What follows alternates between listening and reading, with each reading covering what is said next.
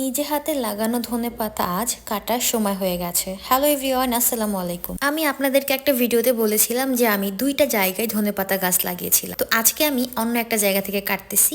কিছুদিন আগে আমি লাউ গাছের গোড়া থেকে ধনেপাতা হারভেস্ট করেছিলাম, আর আজকে আমি হারভেস্ট করছি বেগুন গাছের গোড়া থেকে। হ্যাঁ, আমি একটা টবের মধ্যে দুইটা গাছ লাগিয়েছি, একটা বেগুন গাছ আর একটা হচ্ছে ধনেপাতা গাছ। সকালবেলার মিষ্টি রোদে আমি আজকে হারভেস্ট করছি ধনেপাতা। এই ধনেপাতাগুলো লাউ গাছের তুলনায় বেগুন গাছের গোড়ার ধনেপাতাগুলো বেশি হেলদি লাগতেছে, আর অনেক বেশি বড় হয়েছে। তো দেখতেই পাচ্ছেন এখানে আমি সকালবেলা মিষ্টি রোদে দাঁড়িয়ে দাঁড়িয়ে ধনেপাতাগুলো হারভেস্ট করছি। আমার কাছে কিন্তু ব্যাপারটা অনেক বেশি ভালো লাগতেছে, যদিও এটা খুবই সামান্য, কিন্তু আমার কাছে অনেক বেশি। ধনেপাতাগুলো আমি কেটে নিচ্ছি মাঝখান থেকে, যাতে করে এগুলো আবার তাড়াতাড়ি গ্রো করতে পারে। আর গ্রো করার জন্য জানেনই তো আমি কি করি, এগুলোকে খাবার দেই। প্রত্যেকবার ধনেপাতা হারভেস্ট করার পর আমি এই গাছগুলোতে হালকা করে কিছু মাটি দিয়ে দিই অথবা কোকোপিট দিয়ে দিই, যাতে করে গাছগুলো আবার তাড়াতাড়ি বড় হতে পারে, আমি আবার ধনেপাতা কালেক্ট করতে পারি। এখন ধনেপাতাগুলো একদমই কাটা হয়ে গেছে। এবার আমি এই ধনেপাতায় হালকা করে কিছু খাবার দিয়ে দিব।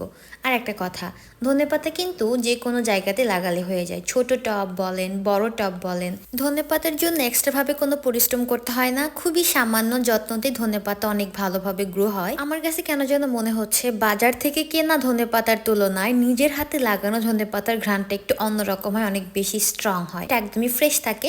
আমি এখানে আস্তে আস্তে গাছের গোড়াতে অল্প অল্প করে মাটি দিয়ে দিচ্ছি, নেক্সট টাইম আরো ভালোভাবে ধনেপাতাগুলো গ্রো হওয়ার জন্য। ভিডিও শেষে আপনাদেরকে দেখাবো যে হারভেস্ট করার পর যখন আমি ধনেপাতাতে খাদ্য দিয়েছিলাম, তারপর গাছগুলো আবার কিভাবে গ্রো করেছিল। তো এখানে আমি আস্তে আস্তে গাছের গোড়াতে ভালোভাবে অল্প অল্প করে মাটি দিচ্ছি, গাছের খাদ্য দিয়ে দিচ্ছি। কিছুদিন পর দেখা যাবে ধনেপাতাগুলো ঠিক কিভাবে কতটুকু গ্রো হলো। তো এখানে আমি অল্প অল্প করে মাটি দিয়ে দিলাম।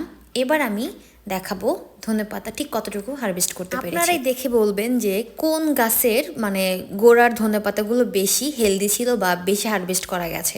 এটা হচ্ছে বেগুন গাছের গোড়ার ধনেপাতা। এই ধনেপাতাগুলো একটু বেশি লাগতেছে আমার কাছে। এবার চলেন যাই লাউ গাছের গোড়ার ধনেপাতাগুলো দেখে আসি। আমি লাউ গাছের গোড়া থেকে যখন হারভেস্ট করেছিলাম, এগুলো হচ্ছে সেই ভিডিও। এখান থেকে আমি অল্প অল্প করে ধনেপাতা হারভেস্ট করতেছিলাম, আর এটা হচ্ছে হারভেস্ট করার পর এখানে এতটুকুই ধনেপাতা হারভেস্ট করতে পেরেছিলাম। আর এই ভিডিওটা হচ্ছে ধনেপাতা হারভেস্ট করার পর যখন আমি গাছে নতুন করে খাবার দিলাম, তারপর ধনেপাতাগুলো ঠিক এভাবে গ্রো করেছে।